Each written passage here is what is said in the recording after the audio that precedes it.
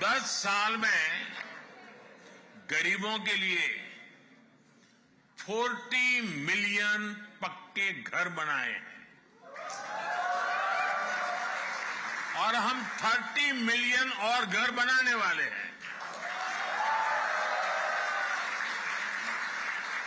और अगर पोलैंड में आज 14 मिलियन हाउस होल्ड है तो हमने सिर्फ एक दशक में करीब 3 नए पोलैंड बसाए हैं।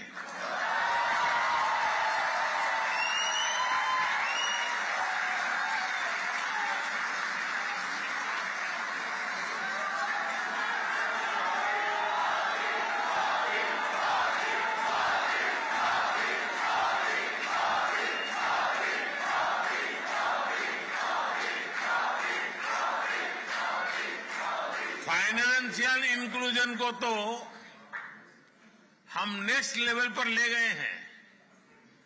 10 साल में भारत में 500 मिलियन जनधन बैंक अकाउंट्स खुलवाए हैं। ये संख्या पूरे यूरोपियन यूनियन की पॉपुलेशन से ज्यादा है।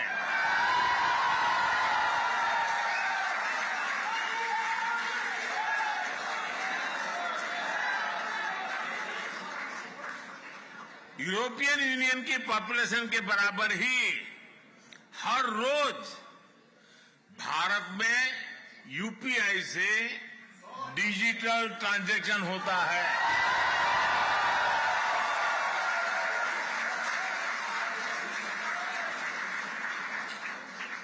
यूरोपियन यूनियन की कुल आबादी से ज्यादा भारतीयों को सरकार 5 लाख रुपए का फ्री हेल्थ इंश्योरेंस देती है।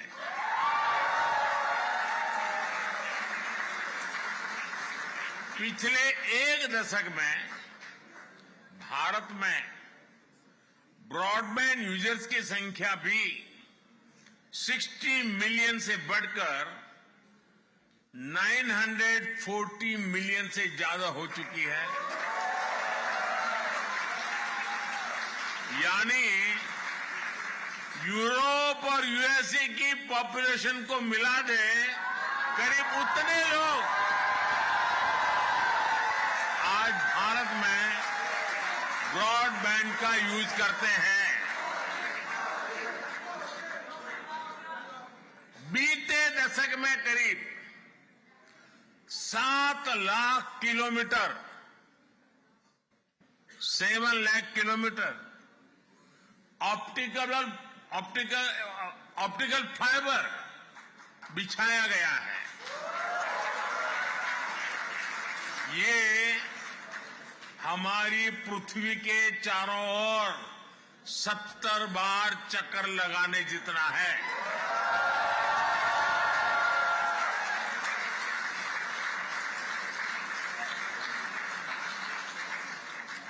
भारत ने 2 साल के भीतर ही देश के हर जिले तक 5G नेटवर्क पहुंचाया है। अब हम made in India 6G network पर काम कर रहे हैं।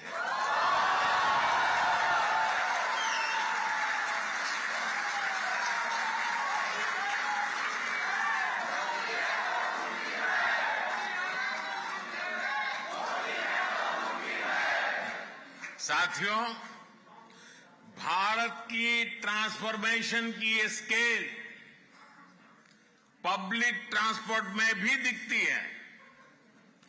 2014 में भारत के 5 शहरों में ऑपरेशनल मेट्रो थी। आज 20 शहरों में ऑपरेशनल मेट्रो है।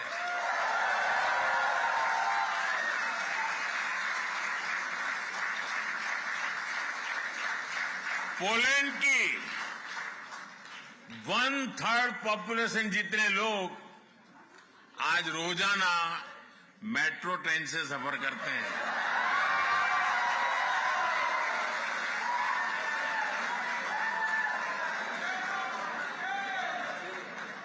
साथियों, भारत जो भी करता है वो नया रिकॉर्ड बन जाता है, इतिहास रच जाता है।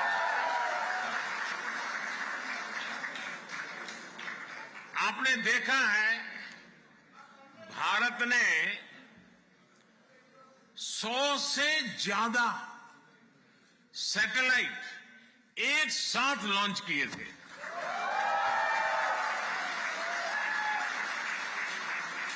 ये भी अपने आप में एक रिकॉर्ड है। अभी 2 दिन बाद 23 अगस्त को ही नेशनल स्पेस डे है।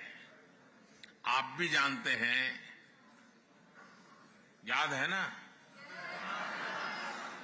क्या याद है?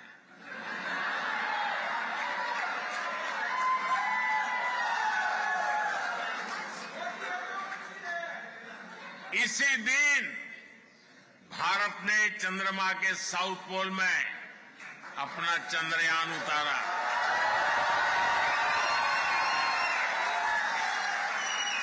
जहां कोई देश नहीं पहुंच पाया, वहां भारत पहुंचा है और उस स्थान का नाम है, उस स्थान का नाम है भारत। दुनिया का तीसरा बड़ा स्टार्टअप इकोसिस्टम है। साथियों, दुनिया की आबादी में भारत का हिस्सा करीब 16-17% रहा है, लेकिन आबादी के लिहाज से ग्लोबल ग्रोथ में भारत की हिस्सेदारी पहले उतनी नहीं थी। अब स्थितियां तेजी से बदल रही है। साल 2023 में ग्लोबल ग्रोथ में भारत की हिस्सेदारी 16% से अधिक रही है।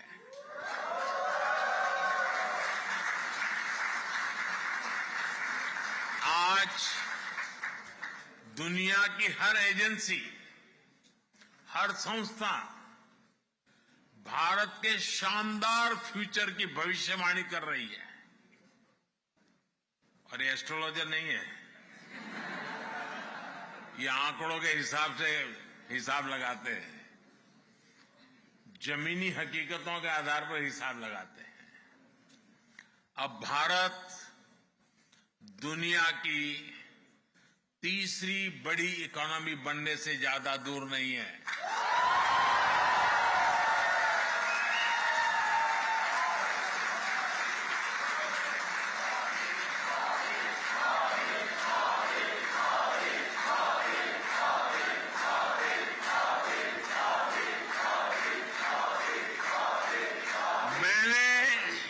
देश की जनता को वादा किया है, मेरे तीसरे टर्म में भारत तीसरे नंबर की इकोनॉमी बन के रहेगा।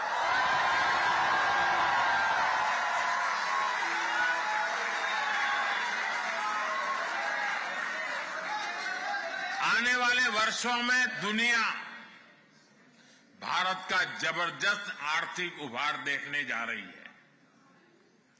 नेस्कॉम का अनुमान है कि अपने डिजिटल इंफ्रास्ट्रक्चर के कारण भारत इस दशक के अंत तक $1 ट्रिलियन की इकोनॉमी बन जाएगा।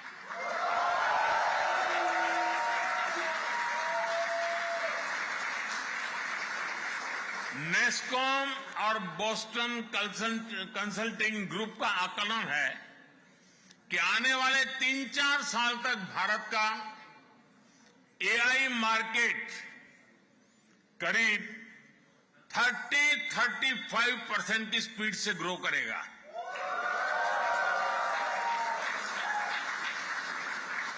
यानी भारत को लेकर एक अभूतपूर्व पॉजिटिविटी चारों तरफ नजर आ रही है। आज Bharat semiconductor mission, deep ocean mission, national green hydrogen mission, national quantum mission और एआई मिशन पर इसलिए काम कर रहा है ताकि आने वाले अनेक दशकों तक भारत बहुत आगे रहे।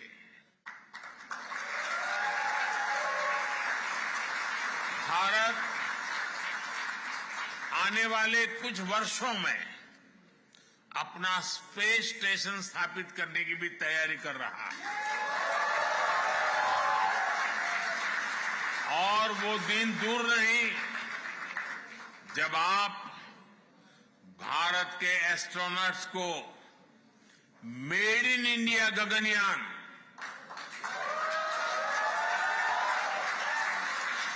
मेड इन इंडिया गगनयान से अंतरिक्ष में जाते हुए देखेंगे।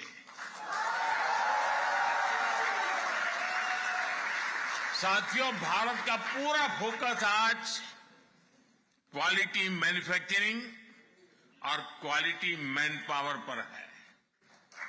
ये दो ऐसी चीजें हैं जो ग्लोबल सप्लाई चेन के लिए बहुत आवश्यक है। हाल में जो बजट आया है उसमें हमने अपने यूथ की स्किलिंग और जॉब क्रिएशन पर बहुत जोर दिया है। यहां बहुत बड़ी संख्या में हमारे नौजवान पढ़ाई के लिए आए हैं। हम भारत को भी एजुकेशन, रिसर्च और इनोवेशन का एक बहुत बड़ा सेंटर बनाने में जुटे हैं। साथियों, टेक्नोलॉजी हो, मेडिकल केयर हो, एजुकेशन हो, हर सेक्टर में दुनिया के लिए एक स्किल्ड मैन पावर बनाने का बीड़ा भारत ने उठाया है। मैं आपको हेल्थ सेक्टर का एक उदाहरण दूंगा। पिछले 10 सालों में हमने भारत में 300 से ज्यादा नए मेडिकल कॉलेज बनाए। पिछले 10 साल में भारत में मेडिकल सीट्स बढ़कर अब 2 गुनी हो चुकी है। 10 साल में डबल। इन 10 सालों में हमने अपने मेडिकल सिस्टम में 75,000 नई सीटें जोड़ी है। अब आने वाले 5 सालों में हम मेडिकल की 75,000 नई सीटें और जोड़ने का लक्ष्य लेकर चल रहे हैं। इससे क्वालिटी हेल्थ सर्विस प्रोवाइडर के रूप में भारत की भूमिका और मजबूत होगी। और हमारा तो दुनिया को एक ही संदेश है, वो दिन दूर नहीं, हम कहेंगे हील इन इंडिया।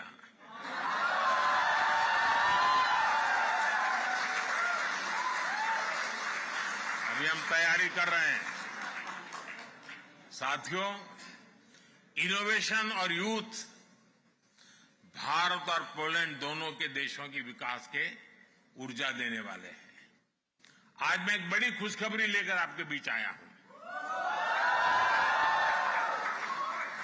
भारत और पोलैंड दोनों देशों ने आपस में एक सोशल सिक्योरिटी एग्रीमेंट पर सहमति बना ली है।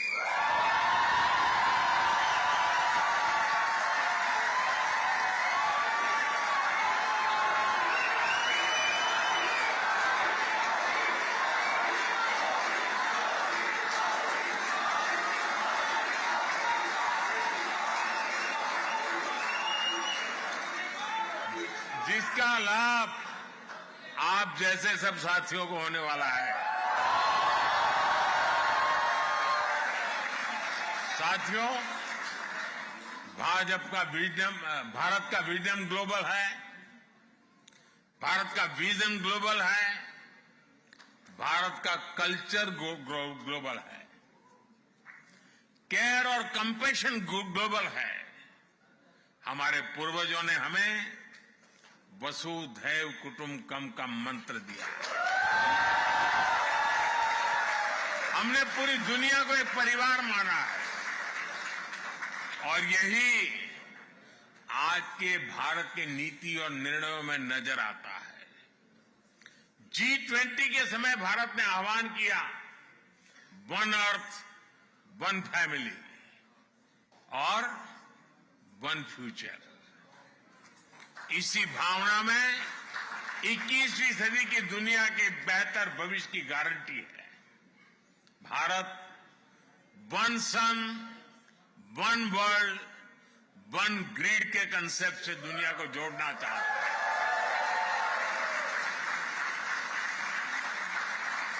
ये भारत ही है जो वन अर्थ वन हेल्थ को स्वस्थ दुनिया की गारंटी मानता है। वन हेल्थ यानी होलिस्टिक वेलबीइंग पर हमारा फोकस होना चाहिए, जिसमें हमारे एनिमल्स हो, पेड़ पौधे भी हो, सबकी हेल्थ पर ध्यान दिया जाए। आज जिस तरह की स्थितियां हम देख रहे हैं, उसमें वन हेल्थ का सिद्धांत और जरूरी हो गया है। भारत ने मिशन लाइफ यानी लाइफस्टाइल फॉर एनवायरनमेंट का एक मॉडल पूरी दुनिया को दिया है। आपने भारत में चल रहे एक बड़े अभियान के बारे में भी जरूर सुना होगा। ये अभियान है एक पेड़ मां के नाम।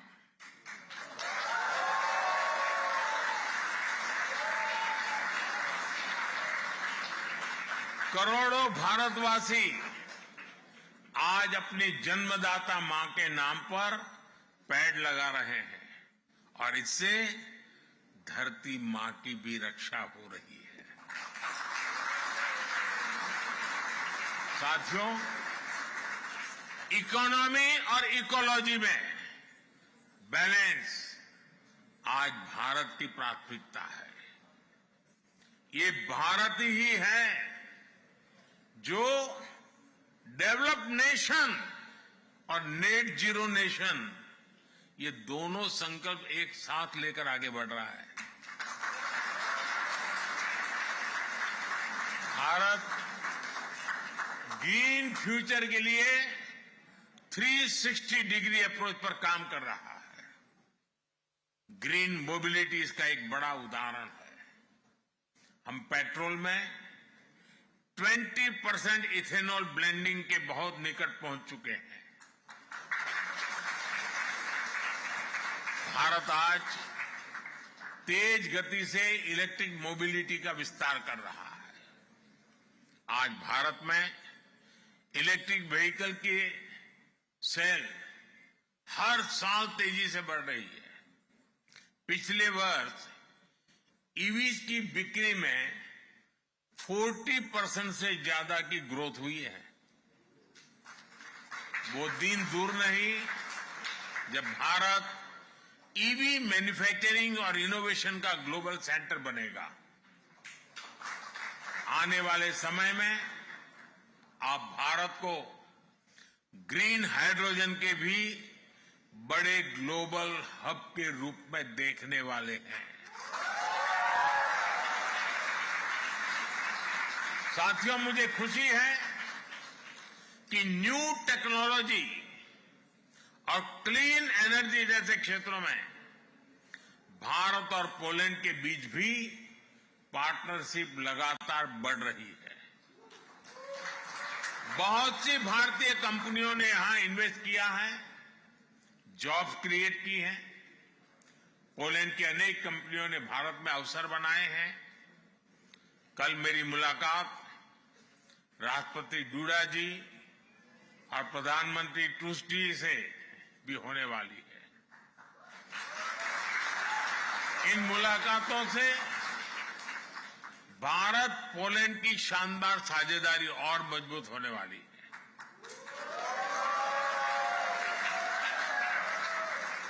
प्रधानमंत्री टूस्क तो भारत के बहुत अच्छे मित्र हैं। जब वे यूरोपियन काउंसिल के अध्यक्ष थे, तब भी मेरी कई बार उनसे मुलाकात हो चुकी है।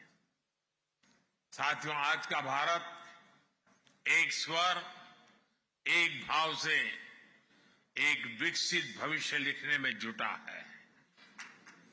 आज भारत अवसरों की धरती है। आपको भी भारत की ग्रोथ स्टोरी से अधिक जुड़ना है और आपको भारत के टूरिज्म का ब्रांड एम्बेसडर भी बनना है।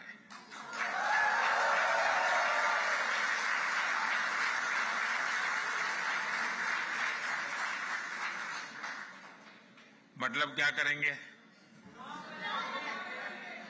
सोशल मीडिया पे खुद की तस्वीर लगा करके रखेंगे, ताजमहल के सामने बैठेंगे। ब्रांड एम्बेसडर का मतलब है कि आपको हर वर्ष हर एक को कम से कम 5 पुलिस परिवारों को भारत देखने के लिए भेजना है।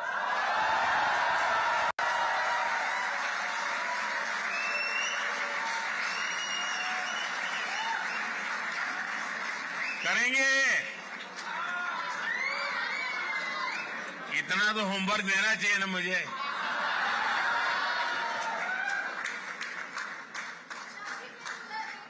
आपका हर प्रयास आपके भारत को विकसित भारत बनाने में मदद करेगा।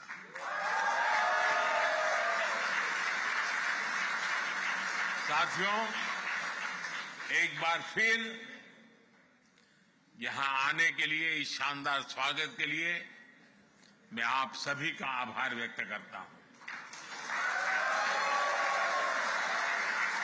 मेरे साथ बोलिए, भारत माता की, भारत माता की, भारत माता की। बहुत बहुत धन्यवाद।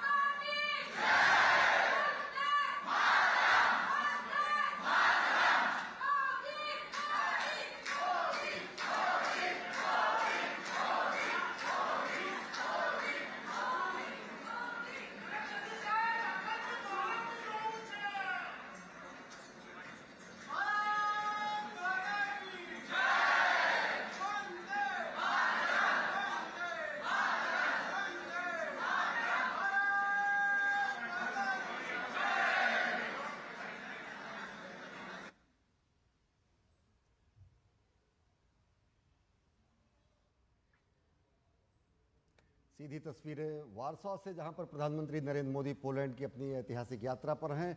प्रधानमंत्री नरेंद्र मोदी ने कहा कि भारत